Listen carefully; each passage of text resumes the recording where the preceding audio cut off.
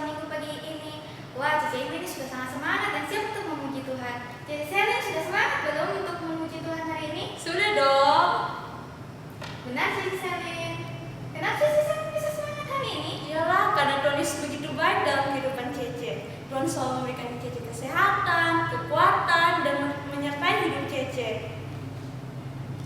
Sebagai ungkapan syukur, mari kita siapkan hati kita untuk memulai ibadah ini. Cece undang semua untuk bangkit berdiri. Mari kita angkat lagu Tuhan Yesus baik. Semua ikut gerakannya ya.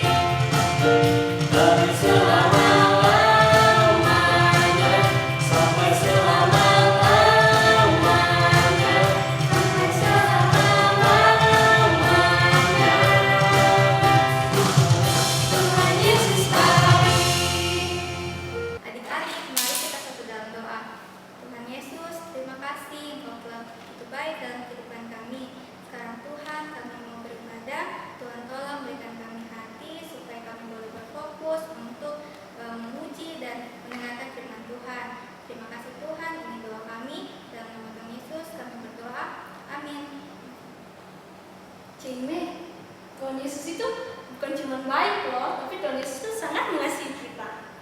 Ya, benar adik-adik, kasihnya itu bertambah-tambah, bertambah dalamnya, bertambah lebarnya, bertambah tingginya. Seperti yang dikatakan dalam lagu, bertambah-tambah, supaya kita lebih semangat lagi untuk memuji Tuhan. Cici mengundang semua adik-adik bangkit berdiri, kita menyanyikan lagu bertambah-tambah. Ikuti gerakannya ya.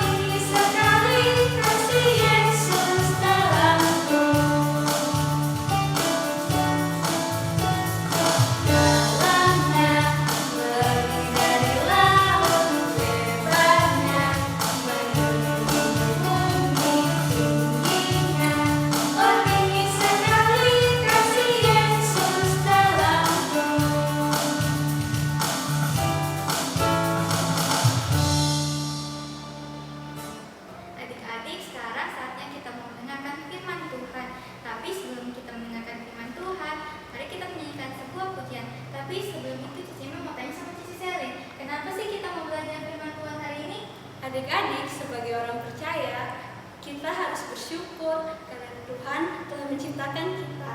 Tapi kita harus belajar untuk selalu mendengarkan apa yang Tuhan inginkan dalam hidup kita, supaya kita dapat menjadi berkat bagi banyak orang dan terutama untuk kemuliaan nama Tuhan. Mari semua kita tetap bangkit berdiri dan kita angkat pujian dengan daripada nama saya. Semua ikut gerakannya ya.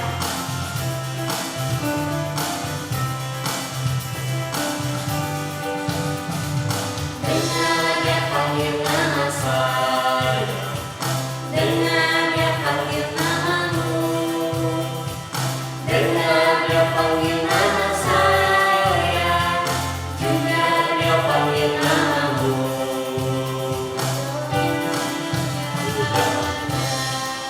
Ku jawab ya, ya, ya. Ku jawab ya Tuhan, ku jawab ya Tuhan, ku jawab ya, ya, ya.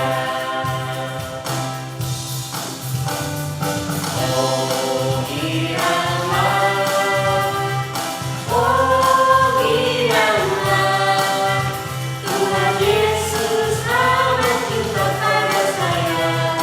Oh giranglah. Sekali lagi ya.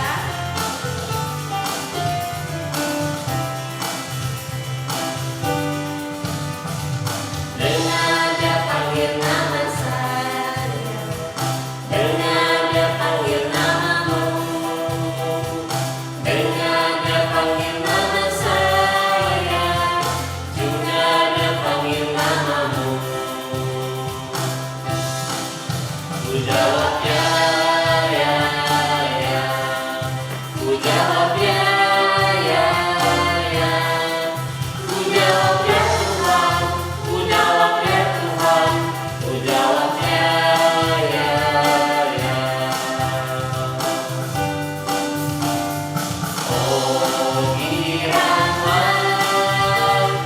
Oh giranglah, Tuhan Yesus amat cinta pada saya. Oh giranglah.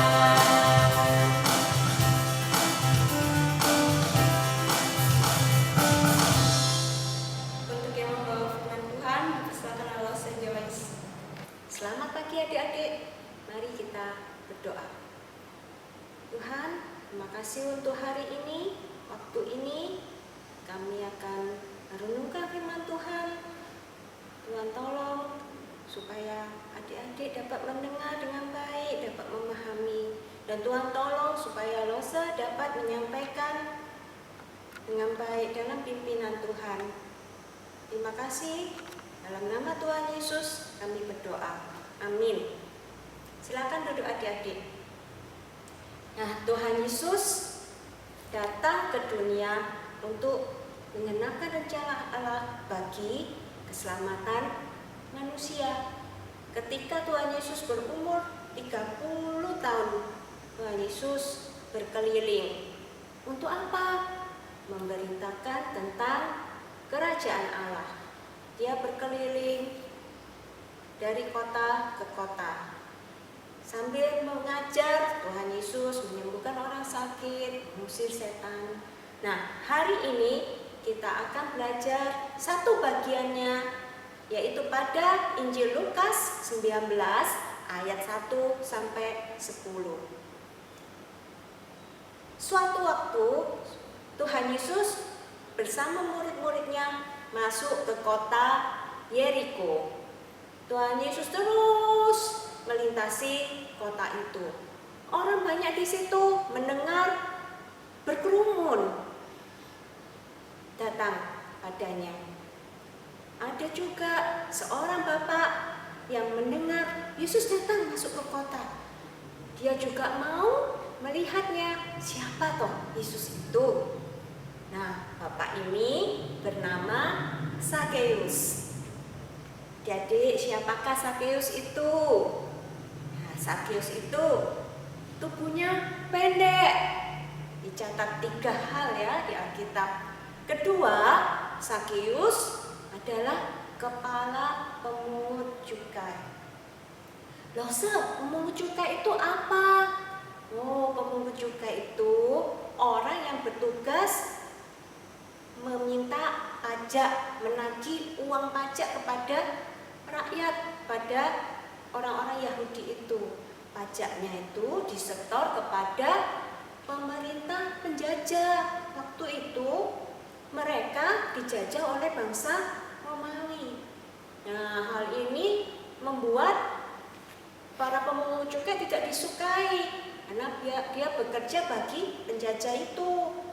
Mereka dikucilkan, mereka dijauhi. Nah, lebih-lebih lagi yang membuat mereka tidak disukai, mereka tuh sering memeras rakyat, mengambil uang berlebih. Lebihnya itu diambil sendiri, masuk kantong sendiri untuk memperkaya diri.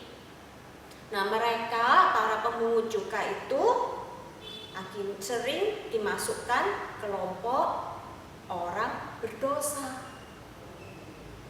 Nah, dikatakan juga di Alkitab, Sakeus ini kepalanya pemungut cukai dan dia sangat kaya. Sakeus mau melihat Yesus, tapi tidak dapat. Karena apa? Orang banyak, dia cuma bisa melihat punggung orang, bisa lihat belakang kepala orang, tidak bisa dapat melihat Yesus. Bagaimana? Apakah pulang ke rumah Sakeus? Oh tidak, dia mau melihat Yesus. Dia cari cara. Yesus akan melintasi jalan itu. Di situ ada pohon ara. Kalau aku ada di atas pohon ara, aku jelas melihat Yesus, tidak terhalang orang banyak. Sakeus segera berlari. Dia harus sampai di atas pohon sebelum Yesus melewati pohon itu. Nanti dia berlari cepat mendahului orang banyak. Adik-adik tahu pohon ara? Adik-adik dapat lihat ya di gambar ini. Susah manjat pohon kalau tidak terbiasa. Tapi Sakeus meskipun susah, dia mau berjuang. Dia tidak mempedulikan susahnya, tak mempedulikan pakaiannya yang indah mungkin kotor, rusak, ataupun malu atau tidak pantas. Dia tidak peduli. Dia berusaha naik di atas pohon untuk dapat melihat Yesus. Dia berhasil sampai di atas pohon. Nah, sementara itu rombongan orang banyak dan Yesus semakin lama semakin dekat. Sampailah di tempat itu. Dan Tuhan Yesus tiba-tiba berhenti. Kenapa ya? Tuhan Yesus berhenti. Lalu Tuhan Yesus melihat ke atas. Dan dia menyapa Sakeus.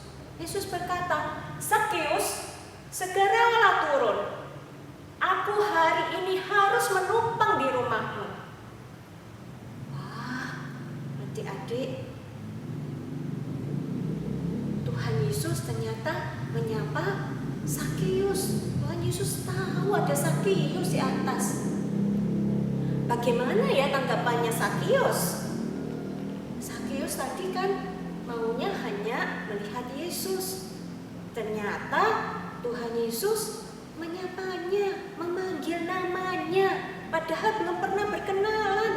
Tapi Tuhan Yesus tahu dia Sakeus. Bahkan Tuhan Yesus mau ke rumahnya Sakeus. Berarti Tuhan Yesus mau menerima Sakeus, padahal orang banyak menolak Sakeus. Ternyata apa yang dilakukan Sakeus ketika itu? Dia langsung segera turun. Dia menerima panggilan Yesus. Dia sukacita mau mengajak Yesus ke rumahnya. Adik-adik, tahukah kalau Tuhan Yesus itu juga mengenal kalian loh, juga mengenal lo. Sebelum kita memperkenalkan diri, Tuhan Yesus mengenal kita satu-satu. Dan Tuhan Yesus mengasihi adik-adik juga lo. Nah, ketika Sakius tahu dia dikasihi Yesus, dia langsung mau menerima Yesus. Dia sukacita hatinya mengajak Yesus ke rumahnya. Nah, bagaimana dengan orang banyak ketika melihat itu? Ternyata mereka semua yang lainnya itu bersungut-sungut. Bukankah dia Sakeus yang memeras uang rakyat? Iya, betul. Bukankah Yesus tahu dia Sakeus? Iya, kenapa Yesus menumpang di rumah orang berdosa? Mereka menggerutu. Sakeus mendengar orang-orang menggerutu. Sakeus berdiri dan berkata kepada Yesus, "Tuhan, setengah dari yang kumiliki akan kuberikan kepada orang miskin. Dan sekiranya ada yang sudah aku peras, aku akan mengembalikannya 4 kali lipat." Wah, adik-adik, Sakeus berubah. Bukannya Sakeus biasa memeras uang rakyat. Dulu dia tahu itu salah, itu dosa, tapi dia terus melakukannya, memeras uang rakyat. Tapi hari itu ketika berjumpa Yesus, dia berubah. Dia mau stop, berhenti memeras, bahkan mau mengembalikan yang sudah terlanjur diperas. Wah, dia berubah.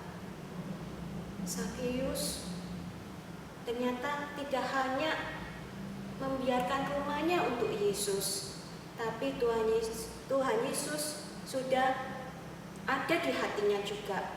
Sakeus membuka hati dan hidupnya untuk Tuhan Yesus. Dia menerima Yesus. Dia melihat ada sesuatu yang sangat bernilai melebihi segala yang dimilikinya. Dan dia mau berubah. Dia melepaskan kebiasaan lamanya yang berdosa. Dia bahkan sekarang jadi memiliki kasih. Ada hati untuk memberi kepada orang miskin yang dulunya dia mencari untung sendiri. Ketika Sakeus berkata pada Yesus demikian, Yesus berkata, "Hari ini telah terjadi keselamatan di rumah ini. Orang ini pun anak Abraham." Yesus pun berkata, "Sebab Anak Manusia datang mencari dan menyelamatkan yang hilang." Ya, Yesus datang ke kota Yeriko mencari Sakeus. Yesus menyatakan, Sakeus telah memiliki iman seperti iman yang dimiliki oleh Bapa Abraham. Demikian firman Tuhan. Adik-adik, Rosa mau bertanya. Pertama, adakah adik-adik yang baru hari ini tahu Yesus mengasihi adik-adik? Yesus sudah mengenal engkau lebih dulu sebelum engkau memperkenalkan diri padanya. Dan hari ini engkau mau menerima Yesus di hatimu. Jika ya, marilah berdoa kepada Tuhan Yesus. Adik-adik dapat mengatakan dalam doamu kepada Tuhan Yesus, "Yesus, aku membuka hatiku untukmu. Aku mau menerima engkau di hidupku. Mulai hari ini dan seterusnya, aku mau mengasihi engkau Yesus. Terima kasih engkau mengasihiku lebih dulu." Adik-adik dapat berdoa demikian. Nah, yang kedua, adik-adik yang sudah menerima Yesus, maukah engkau berubah? Maukah engkau dibaharui di dalam Tuhan? Bagaimana? Loh, tidak bisa mendengar ya di sini. Tapi sepertinya adik-adik di rumah bilang, siap loh saya mau berubah di dalam Tuhan, saya mau menyenangkan hati Tuhan. Betul adik-adik? Ya, sepertinya ada yang bilang, ya loh aku mau berubah. Aku waktuku terlalu banyak untuk game. Ini aku mau berubah loh Ada adik yang lain, wah aku ini pemarah sekali. Setiap kali aku sering marah, mengeluarkan kata-kata yang tidak baik. Aku mau berubah. Ada adik yang lain bilang, aku ini tidak peduli dengan orang tuaku, dengan saudaraku selama ini. Aku mau berubah, aku mau lebih peduli dengan orang tua, lebih mengasihi. Banyak sekali adik-adik yang mau berubah. Loh, di sini tidak tahu perubahan apa yang kalian putuskan, tapi Tuhan tahu. Tuhan melihat dan Tuhan akan menolongmu untuk berubah, semakin hari dibaharui untuk memuliakan nama Tuhan sesuai kehendak Tuhan. Mari kita berdoa. Bapa di surga, kami bersyukur sudah boleh merenungkan firman Tuhan. Tolong selalu kami Tuhan, pimpinlah hidup kami. Dalam nama Tuhan Yesus kami berdoa. Amin. Nah, untuk aktivitas hari ini adik-adik mendapatkan satu lembar kertas dan potongan-potongan gambar. Wah, gambar apa ini? Adik-adik menyusunnya ya, untuk mendapat satu gambar yang utuh, yang baik, yang bisa dilihat. Disusun. Kemudian untuk adik-adik kelas kecil itu ada isolasi double tape, bisa dibuka stikernya, bisa ditempelkan. Untuk yang kakak-kakak kelas tengah dan besar, jika ada lem di rumah bisa pakai lem untuk menempelkannya. Nah, untuk kelas kecil menyusun puzzle. Untuk kelas tengah dan besar, selain menyusun puzzle, adik-adik kan sudah jago membaca ya. Di sini diajak untuk membaca kitab Lukas pasal 19 ayat 1 sampai 10. Adik-adik membaca itu, setelah membaca kitab Lukas 19 ayat 1 sampai 10, isilah teka-teki silang ini. Demikian aktivitasnya. Untuk ayat hafalan. Ayat hafalan terdapat pada 2 Korintus 5 ayat 17. Untuk kelas kecil 17 bagian A saja. Nah, apakah 2 Korintus 5 ayat 17 itu? Jadi, siapa yang ada di dalam Kristus, ia adalah ciptaan baru. Yang lama sudah berlalu, sesungguhnya yang baru sudah datang. Selamat menghafalkan. Tuhan memberkati. Adik-adik, kita baru saja mendengarkan firman Tuhan. Yuk sama-sama kita semua bangkit berdiri, kita mau belajar sebuah pujian. Nah, adik-adik dengarkan cici-cici ini menyanyi dan ikuti gerakannya ya. Yuk kita menyanyikan lagu Jesus in Me.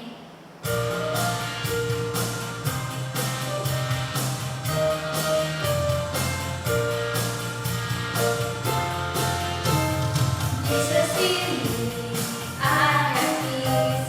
Jesus in me, I have joy. Jesus in me, love, love, love. I'm so happy with Jesus in me. Jesus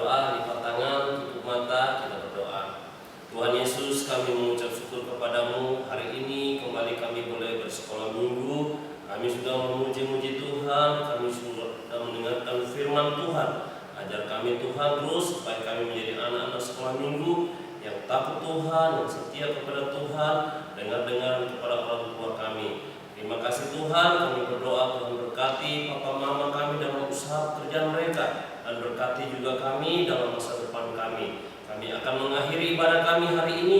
Dalam nama Tuhan Yesus kami berdoa. Amin.